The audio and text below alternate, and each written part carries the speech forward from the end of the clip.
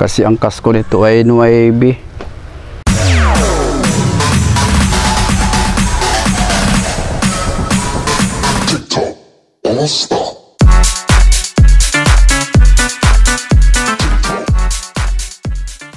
Yun, good morning mga kaigops. Panibagong araw tayo ngayon, panibagong vlog na naman. Kalalabas lang ng kwan ng bagyong Corina.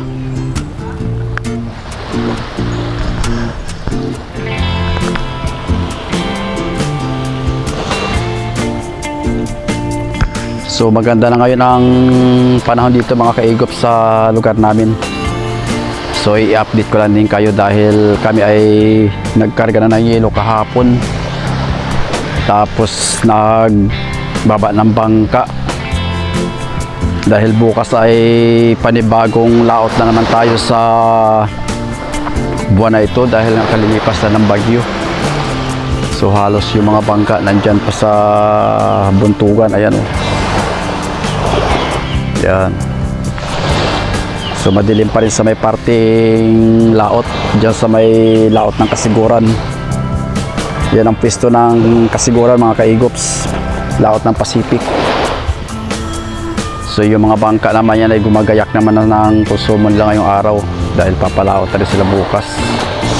So tayo ay bukas pa ang angat mga guys dahil bukas ay July 27. Last week na pala ngayon ng July. So siguro makakapag-upload tayo nito ay kuwan na, mga first week na ng August. Kasi lalaot tayo bukas. At halos tumambay din tayo ng 5 araw dahil nga sa itong bagyong lumipas. Nagkasunod pa yung location. I-update ko rin kayo dito sa ginagawang bangka na ganun kalaki din sa akin. Naka-skeleton pa lang siya mga guys. So wala nga lang yung panday dyan para ma-interview natin sana, makausap. Pero yun naman ay napagtanong-tanong na rin natin sa kanya yung mga haba ng gamit.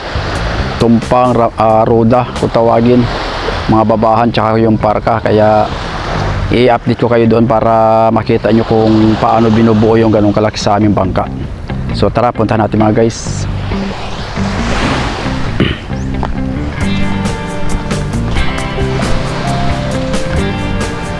So ito na yung naka-skeleton mga kaigops.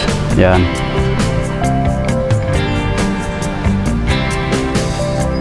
So ito ay bali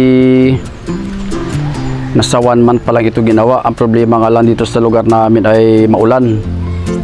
Kaya yun, hindi naman pwedeng buuin ng isang bangka pagka umulan na umulan dahil nga sa basa. Tapos yung kahoy ay mahirap kapitan na epoxy. So ang tumpang pala nito, ito tumpang, kung tawagin nito sa amin ay tumpang, dyan siguro sa inyo ay roda. Sa parting Quezon, roda kung tawagin ito. So ang haba nito ay kuwan 9 ang kasko.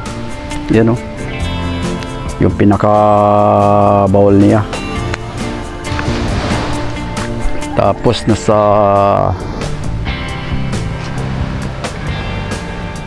40 ang kuwan ito, taas parka.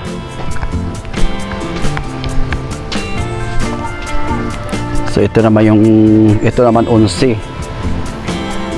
Ito 11 ang tumpang niya.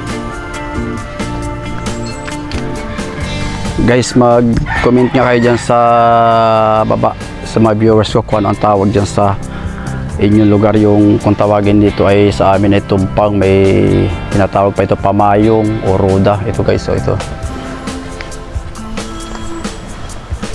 So, tapos ito naman na magsisilbing babahan. Yan o, yan. Diretsuhan niya, walang putol. Ang lapad naman ito ay 4. Tapos ang kapal ay 2x4. Siguro ang haba nito ay nasa kwan na. Kasi ang kasko nito ay 9. Baka abuti ng 15. Ito. Tapos itong ligason niya mga guys. Ito yung dormente. So nasa 40 lang ang kuwan ito taas. Tapos pag pinatungan pa ito ng pandagat, ganyan kataas yan. Ganyan kataas. Papasok na yan sa isang plywood. Dahil ang isang plywood ay nasa 48 inches. Tapos ang ilalagay ito na makina nito mga kaigop sa 4DR5. Yan. So ganito kalaki guys itong yung ginagamit kong bangka. Yung Boy Carlos tsaka Boy Johan. So yung sa akin naman yung Boy Johan ay ang Duramente ito. Duramente ito kung tawagin dito sa amin. Yung kumakapit yan sa ligaso niya. Bali 3 ang ganito na pinalagay ko para matibay. Ganito 3 patong siya para ang pagitan dito sa gilid sa plywood medyo makakitid para matibay. So ang buka naman ng kasko niya ay 24. Yan o. Tapos itong sa taas kuwan yan 62 ang buka sa taas. Yung pinaka kuwan niya, pinaka bukaan taas. So ganito kalaki yung bangka ko na Boy Johan. Pero ang tumpang naman yung guys 12 yung sa may parting unahan. Tapos ito 8. Ito yung tumpang niya dito sa ulihan, 8 yan. So yun mga kaigops, i-update ko kayo dito pagka ito ay nabuo na. At saka nalagyan na ng pilot cover yung pilot house niya. At saka pagka naglagay na ng kwan ng parka yung plywood para masusubaybayan natin kung kaano kataas ang ilalagay na pilot cover dyan. At saka yung pag sit up ng kwan ng makina titingnan din natin. Dahil karamihan dito sa amin na ganito kalaki, double engine Isiki, 3 piston. Pero maganda rin talaga ang 4DR5 kasi may atras. Kaso nga talagang medyo may kamahalan na rin ang budget. So depende lang din sa inyong ipapagawa. Dahil sa amin nakasanayan na talaga namin dito ganun. Dahil nga lagi namin tinataas yung bangka dito pagka medyo mahinang palaot namin tsaka mahinang kaya ng isda. So tinataas namin yung bangka para hindi naman talaga totally na mababad siya sa kwan sa dagat. At saka yung problema namin yung pasukan dyan sa may ilog, mababaw na kaya mahirap pagka mabigat tsaka malaki ang bangka. Tapos may limitasyon lang yung palo, may sukat lang siya para makadado sa ilalim ng tulay. So kaya mga kaigops, i-update ko kayo dito pagka ito ay nabuo. So pupunta muna tayo dun sa mga bangka at yung iba nagbabaan na. At pagayak naman 1 week din tayong natambay mahigit. So sana ay makapag fishing tayo ng matagal-tagal na naman. Gagayak na. So tapos ito mga kaigops, ni-repair lang yan. Itong bangkang ito matagal na ito, nasa mas matanda pa ito doon sa bangka ko. Siguro ito ay nasa 15 years na ito. Dating ko yan, dating Mika Joy. Yan o. Ni-repair lang din yan. Kasi ginawa lang na service dito sa tabi. Ginawang pang tourist. Tibay ng kasko niyan. Batikuling. Yan o. Yan.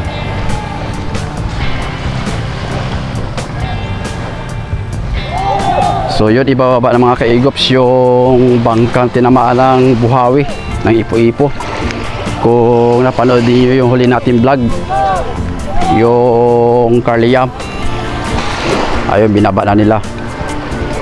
So at least nakakuha na, naayos na yung makina, tsaka yung mga gamit nakakuha na uli, naibalik na. So mabuti na nga lang at lumubog sila ay araw, hindi gabi. At tsaka may naka-rescue kaagad.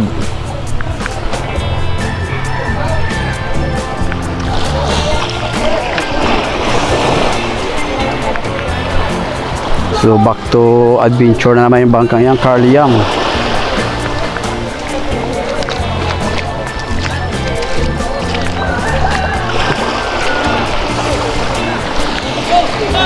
Wagkat ka na. Ano mo sabot? Back tide. Dahan-dahan na bigla ha.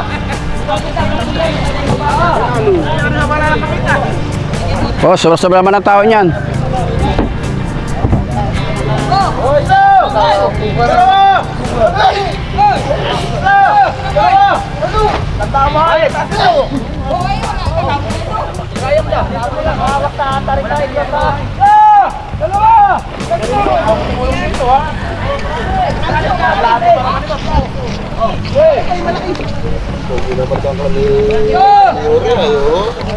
Kuha pala yan ano, tanso.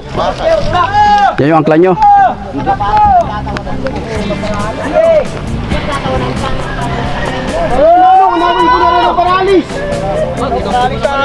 Tanggal mo ba yan? Marami ka, lapit-lapit naman. Nasa gitna, iklot, sa paralis. Ito, at sa uli, para makuha yung... Oh, no! Angat! Angat! Angat!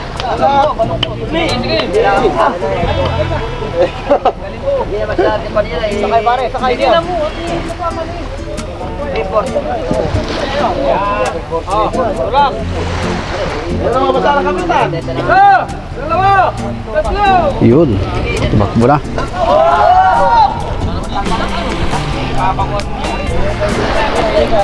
So bangkang Aljos. Pati Pangulo mga kaigops naggagayak na rin. So halos lahat ng mga bangka nandito lahat. Sabay-sabay naman tayo na laot bukas. Paunahan na naman sa laot. Sana makabiyaya agad at mataas pa ang presyo ng isda ngayon. Pag yan ay nagsabay-sabay na tumabi, mura na naman. Sana makadali kagad tayo ng tuna.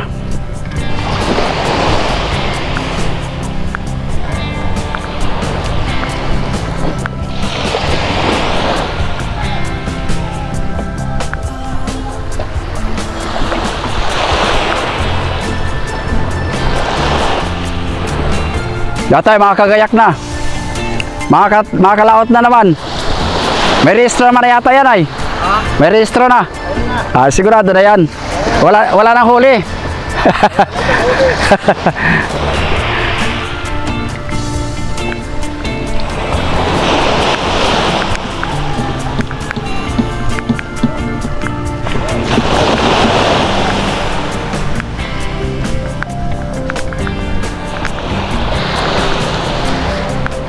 So mamaya guys, magkakarga na rin tayo ng mga bato tsaka tubig.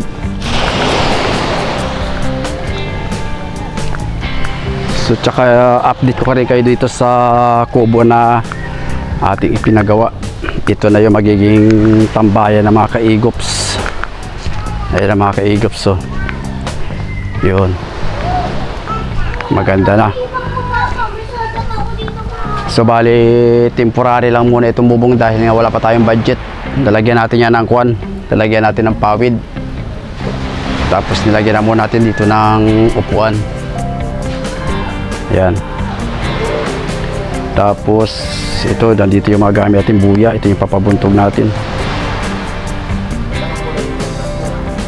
So salamat at tayo'y pinayagan na magkabit na, magpagawa ng kubo dito para may tambayan tayo. At saka yung mga gamit guys ng bangka namin ay dito na rin natin ilalagay para safety na siya, kasi lalagyan din ito ng sahig ito. So yan, tsaka yun sa taas. So utay-utay lang at para pag nagka budget tayo.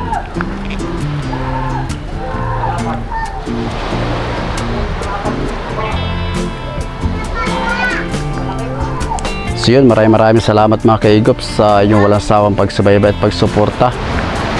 At abangan nyo na lang yung kasunod nating vlog. Nandun na tayo sa fishing ground. Pagka nasa laot na tayo dahil bukas ay palaot na naman tayo. So shoutout sa mga viewers natin at saka sa mga subscriber, lalo dyan sa abroad, sa mga OFW na walang sawa sumusubaybay at sumusuporta sa ating channel.